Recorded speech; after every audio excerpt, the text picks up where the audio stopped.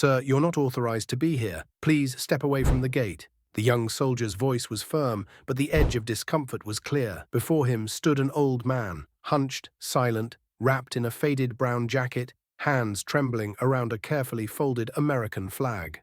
His boots were scuffed, his eyes hollow, like he'd walked through time to reach this place. But to the soldiers guarding the base that morning, he was nothing more than an old trespasser trying to get somewhere he didn't belong. He didn't protest. He didn't raise his voice. He just stood there, eyes locked on the base beyond the fence, as if looking for something, or someone, who no longer existed.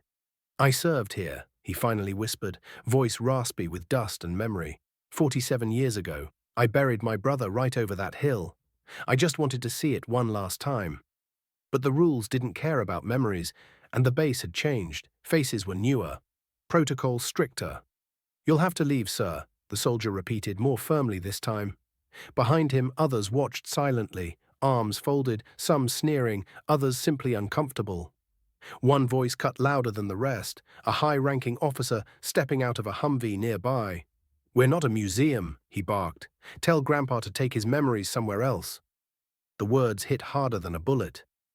The old man looked down, not at them, but at the flag in his arms, the one he'd folded himself at his brother's funeral, the one he kept by his bedside every night since 1978.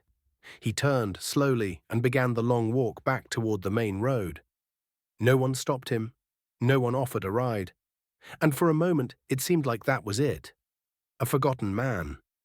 A forgotten story. A forgotten sacrifice.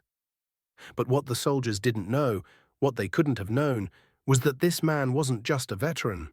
He was Sergeant Major Thomas Ward, recipient of 2 Bronze Stars, a Purple Heart, and a Distinguished Service Cross. He'd led units through missions that hadn't even been declassified yet.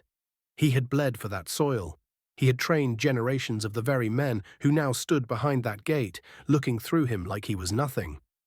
And just 15 minutes after he disappeared down the road, the sound of diesel engines shattered the silence. 1, 2, then 5, then 8 Humvees, fully loaded, roared past the gate. They weren't leaving. They were coming for him. Because someone had seen. A junior officer, newer to the base, had recognized the name etched on the tag hanging around the old man's neck.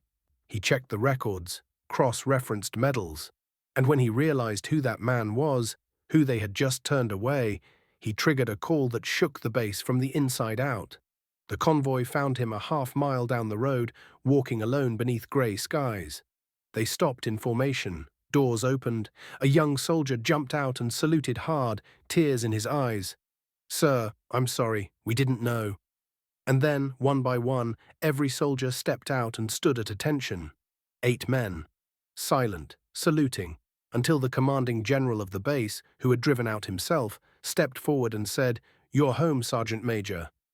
They escorted him back, not to the gate, but straight through the center of the base, and this time no one looked through him. They watched, they saluted, they stood taller.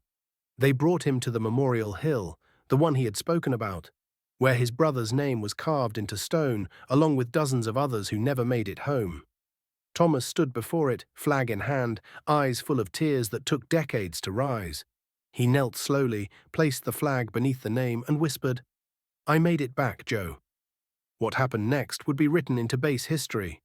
The general issued a public apology, the guard post protocols were revised, and a bronze bench with Thomas Ward's name was installed at the Memorial Hill, facing his brother's stone, not as a decoration, but as a reminder that no sacrifice should ever be forgotten, and no soldier who gave their soul for this country should ever be turned away from the ground they bled for. He didn't ask for thanks. He didn't need recognition. He just needed to be seen. And in the end, when the convoy pulled up, not to remove him, but to honor him, he showed them what true service, humility, and dignity looks like. So, sometimes we forget the shoulders we stand on, but when we do, we risk losing the very foundation that holds us up. Always remember the ones who came before. They didn't ask for parades, just for us to never forget. Before we end this story, let us know in the comment, where are you watching from? If this story touched your heart, subscribe to the channel, hit that like button, and drop a karma in the comments below.